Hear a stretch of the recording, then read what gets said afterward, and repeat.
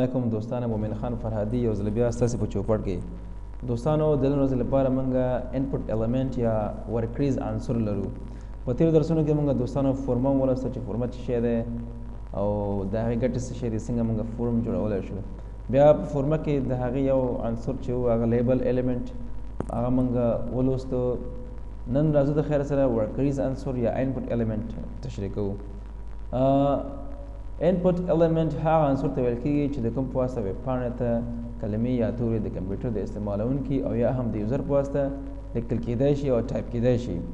او دغه انپوټ الیمنت چې دی دا په یاد رسېدونکي ضمیمې نه لري دوستانو. دې سټرکچر یا فارمول چې دی دا دی دوستانو چې انپوټ ټایپ مساوي کېږي د ټکسټ سره. انپوټ یعنې په دې باندې دلالت کوي چې دغه کوم ټیګ چې موږ لیکو په ویبپاڼه کې یا په ایډیټر کې دا ورکریز دی. ورکریز په دې باندې چې یعنې دا اخلي د یوزر څخه معلومات اخلي، یا فار ایگزامپل ته چې شی ټایپ کوي ته لیکي، ته چې شی کوي یا شی ټایپ کوي دا ته کمپیوټر ته ورکوي یا کمپیوټر ته داخلوي، نو دې ته څه وایي انپوټ وایي. بل دی ټایپ د ورکریز ضمیمې په نوعیت باندې دلالت کوي. یعنې دغه انپوټ چې موږ داخلوو د دې ټایپ به څنګه وي، دا به ټکسټ وي، شی وي خط به وي. یعنې د ورکریز بخی چې دغه ته زره ضمیمې نوعیت ښایي. یعنې کله چې یوزر چې شی داخلي هغې نوعیت څه شی دی، ټکسټ دی. یعنې یوزر کولی شي یا استعمالونکی چې ټکسټ داخل کړي یا ټکسټ ولیکي په ویبپاڼه کې. د دې مطلب دا دی دوستانو چې دغه مختلف قسمه نوعیتونه موږ دلته لرو په ویبپاڼه کې یا په ایډیټر کې موږ کولی شو هغه ولیکو. د هغې څخه بیا پروسې درسونو کې استفاده وکړو دوستانو.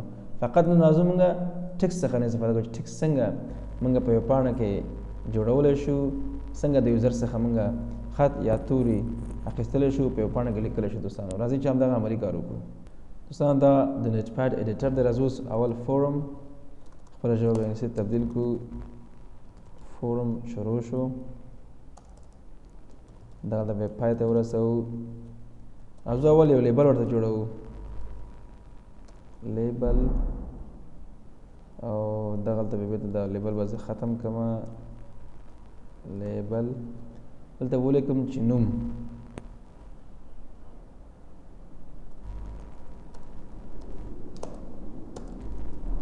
نوم.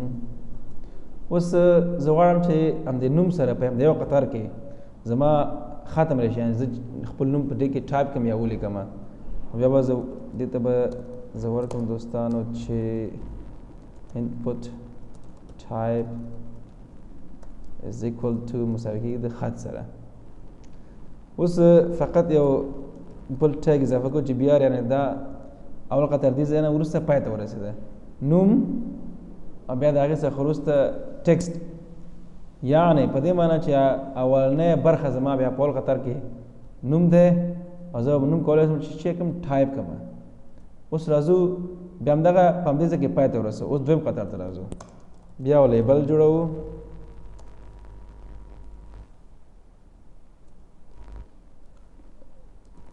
لیبل به کلوز هم کړو. دلته به ولیکو فار مثال د پلار نوم، همدغه به دلته کاپي پیسټ کړو، کنټرول وي. د پلار نوم څخه وروسته بیا به زه یو لیبل جوړ کړم، همدغه به زه کاپي پیسټ کړم چې وخت ضایع نه شي. د پلار نوم ورپسې فار مثال د نیکه نوم،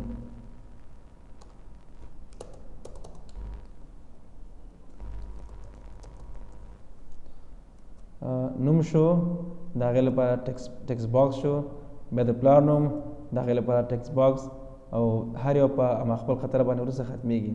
بیا د نیکه نوم، د هغې لپاره ټکسټ باکس. دا به زه ذخیره کړم، لاړ به شم خپل صفحه به خلاص. خپل صفحه خلاصوو.